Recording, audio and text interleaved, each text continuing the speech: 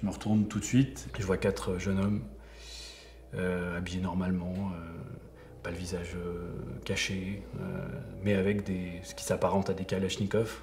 Et je vois effectivement les étincelles sortir de leur canon et c'est là où je comprends que c'est pour de vrai.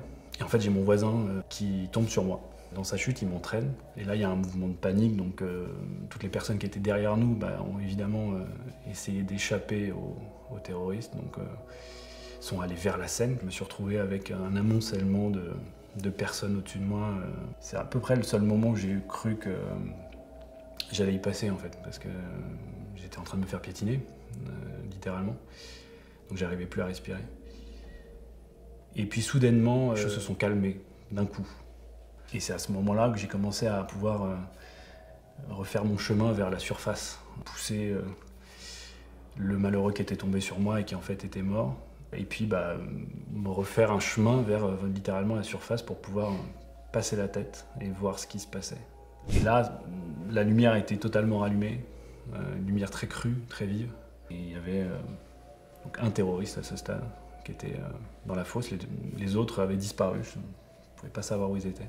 Et puis il restait ce type chauve, Samy Mimo, et qui se baladait dans la fosse et exécutait toutes les personnes qui bougeaient à ses pieds. Il donnait des coups de pied, il marchait sur les gens, il faisait exprès en fait de voir s'il y avait une quelconque réaction pour derrière faire sa sale besogne. Il est extrêmement méthodique, extrêmement précis, c'est une balle dans la tête.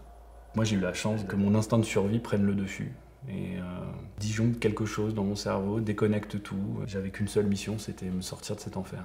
Je décide de monter sur scène avec d'autres, on s'aide. Je suis le premier à monter sur scène, ils me voient très bien à ce moment-là. Et là les tirs recommencent dans notre direction. Et en fait je suis allé à l'essentiel, c'est-à-dire que j'ai vu une porte. J'ai vu une porte sur la droite de la scène, en pensant que c'était une éventuelle issue. Et j'ai entrouvert cette porte et là je suis tombé dans un réduit, un local technique. Il y avait des aspirateurs, il y avait des balais, il y avait des extincteurs et il y avait déjà une dizaine de personnes.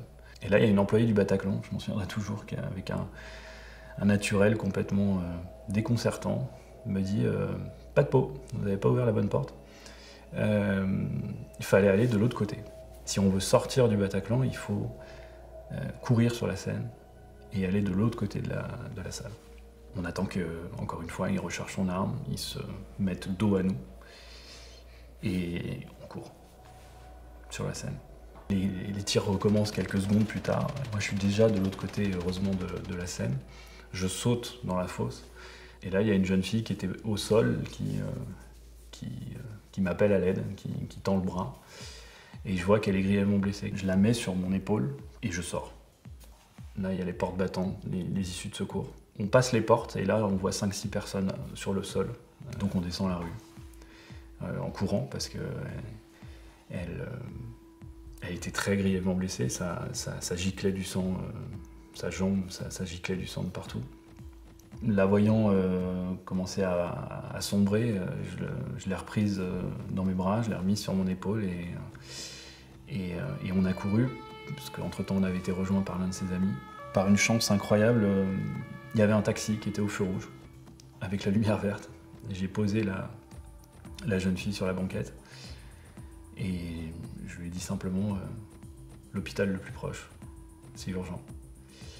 Il n'a rien dit, il a dit ok. Et son ami est monté dans la voiture également et puis je les ai vus partir.